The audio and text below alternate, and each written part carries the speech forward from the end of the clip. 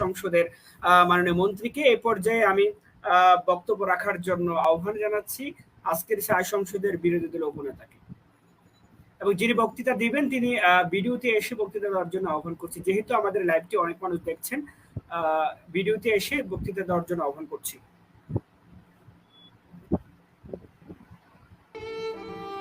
ধন্যবাদ মাননীয় স্পিকার, এই মহান সংসদ আমাকে ফ্লোর প্রদান করার জন্য। ক্ষুধার রাজ্যে পৃথিবী গদ্যময়, পূর্ণিমার চাঁদ যেন ঝলসানো রুটি। হ্যাঁ মাননীয় স্পিকার, আমরা সে আর ঝলসানো রুটির মাঝখানে দাঁড়িয়ে আছি। আজকের এই মোশনটি ছিল আগামীর সংকট ক্ষুধার নয় পরিবেশের, কিন্তু মাননীয় স্পিকার ওনাদের প্রধানমন্ত্রী এবং মন্ত্রী কিছুতেই প্রমাণ করে যেতে পারেনি যে আগামীর সংকটটা আসলে পরিবেশের।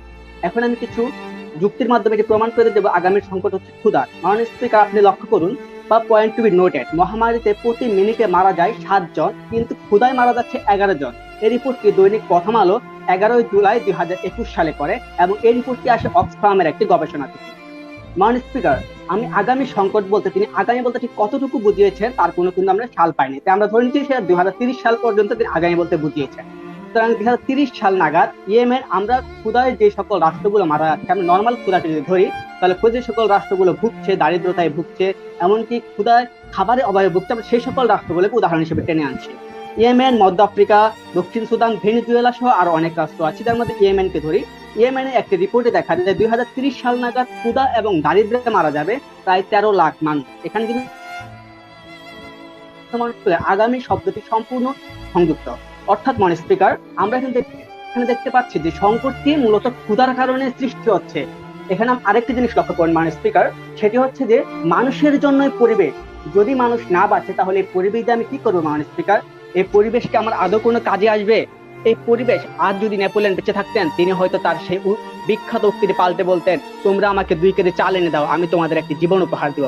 মাননীয় স্পিকার, আজ আমরা দেখতে পাই সেই টিসিবি ট্রাকের পিছনে আমার মায়ের দৌড়ের মিছিল। মাননীয় স্পিকার, আজ আমরা দেখতে পাই টিসিবি ট্রাকের নিচে একটি বাচ্চা ছেলের কিভাবে চাল কুড়ানোর দৃশ্য।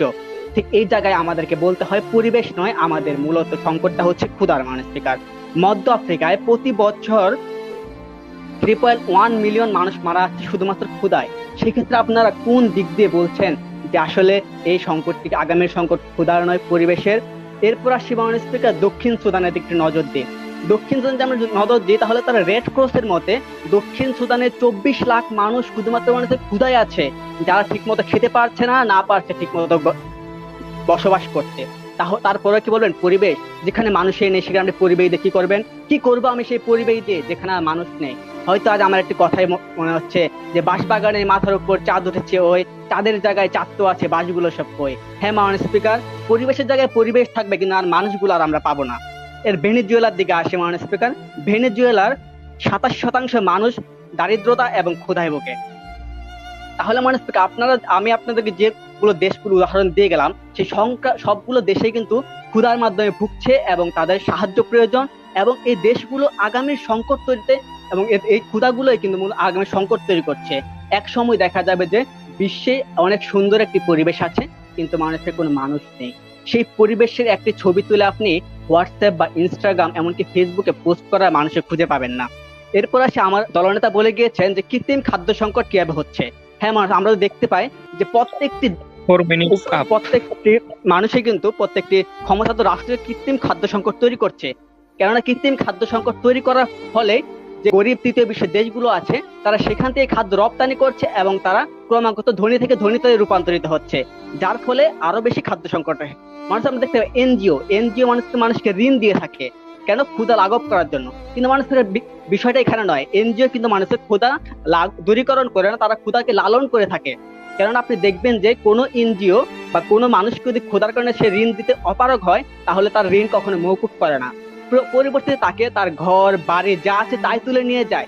অর্থাৎ তারা ক্ষুধাকে দূরীকরণ করে না, ক্ষুধাকে লালন করে।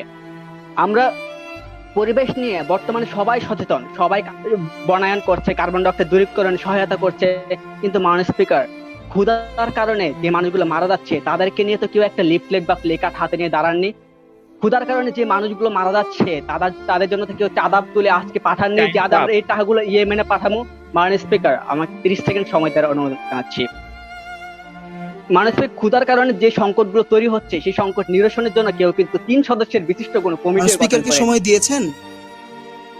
হ্যাঁ, মানসিকতা সময় দেওয়া আজ আমরা এই কথাটাই বলতে চাই যে এই আগামী সংকট পরিবেশের নয় ক্ষুধার, এবং এই মোশনটি এবং এই প্রস্তাব যাতে কোশ্মিন কালেও কখনো কোনো সংসদে গৃহীত না হয়